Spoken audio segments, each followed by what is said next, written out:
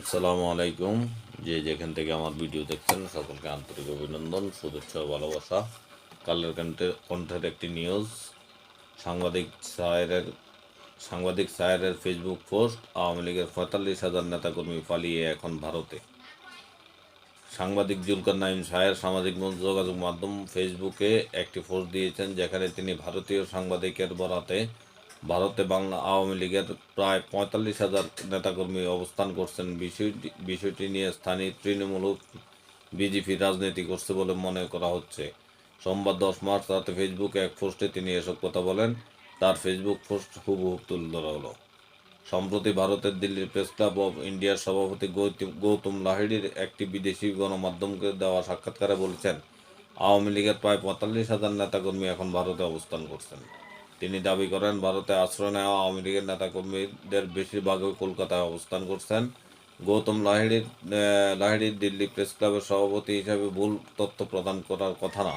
তাহলে কি এই কারণে ভারত সরকার বাংলাদেশিদের সে দেশের বিষয় ইস্যু থেকে করা থেকে বিরত রয়েছে? কারণ ৪৫,০০০ তো কম সংখ্যা নয়। কলকাতা ও আশেপাশের এলাকায় অলিতে গলিতে আওয়ামী লীগের নেতাকর্মীদের বিচরণ দেখতে পাওয়ার কথা। ভারত সরকার কি তাদের সুরক্ষা দিতে চাইছে, নাকি বাংলাদেশিরা সেখানে গিয়ে পলাতক আওয়ামী লীগ নেতাকর্মীদের দেখে যেন বাংলাদেশ জানাতে না পারে? নাকি বিজেপি সরকার তৃণমূল কংগ্রেসের দুর্গখ্যাত পশ্চিমবঙ্গ তাদের আধিপত্য বিস্তার করতে ইচ্ছাকৃতভাবে রাজ্যটির অর্থনীতি দুর্বল করছে?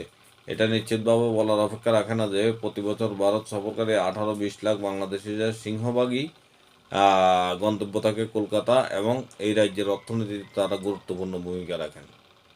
তাহলে কি রাজ্যের অর্থনীতি দুর্বল করে ২০২৬ পশ্চিমবঙ্গ বিধানসভা নির্বাচনের টার্গেট রেখে মমতা বন্দ্যোপাধ্যায়কে কোণঠাসা করতে চাইছে বিজেপি? এই ছিল জুলকার নাইন সায়েরের ফেসবুক পোস্ট। ভালো থাকবেন। আল্লাহ হাফেজ।